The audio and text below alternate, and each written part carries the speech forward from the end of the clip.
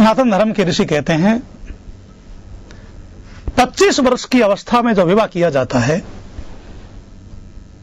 उसे सामान्य अवस्था का विवाह कहा जाता है, साधारण अवस्था का विवाह। 36 वर्ष की अवस्था तक जो विवाह किया जाता है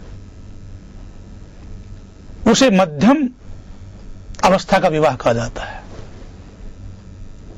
और 48 वर्ष की अवस्था तक जो विवाह किया जाता है, 36 और 48 साल की अवस्था में जो विवाह किया जाता है, गृहस्थ धर्म में प्रवेश किया जाता है, वो आदित्य अवस्था का होता है। विवाह की सबसे उत्तम आयु ऋषियों ने, वैदिक ऋषियों ने 44 और 48 वर्ष के मध्य की मानी है। आज तो 48 साल का व्यक्ति बूढ़ा हो जाता है, बुढ़ापा आ जाता 40 साल के बाद में।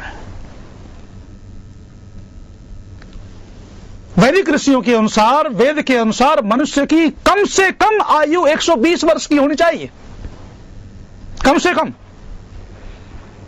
जिसमें 16 वर्ष तक कुमारावस्था होती है।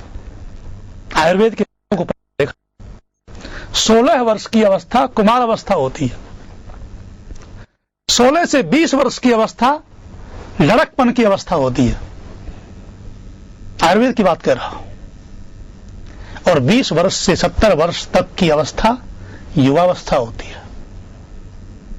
48 वर्ष पूर्ण युवावस्था का समय होता है, और तब तक व्यक्ति अपने व्यक्तित्व को पूरी तरह से निखार चुका होता है। 70 वर्ष से लेकर के 90 वर्ष की अवस्था तक का समय बुढ़ापे का समय होता है, और 90 से 120 वर्ष की अवस्था तक का समय जरावस्था का समय होता है। और इसके बाद भी ये विधान आता है कि व्यक्ति 400 वर्ष की आयु तक जी सकता है। 120 वर्ष की आयु तो कम से कम थी प्राचीन भारत में, प्राचीन काल में। उससे अधिक 400 वर्ष तक, 1000 वर्ष तक के उदाहरण मिलते हैं कि इतने इतने वर्षों के लोग जीवित रहते थे। उसका कारण था तपस्या करते थे, संयमित जीवन था।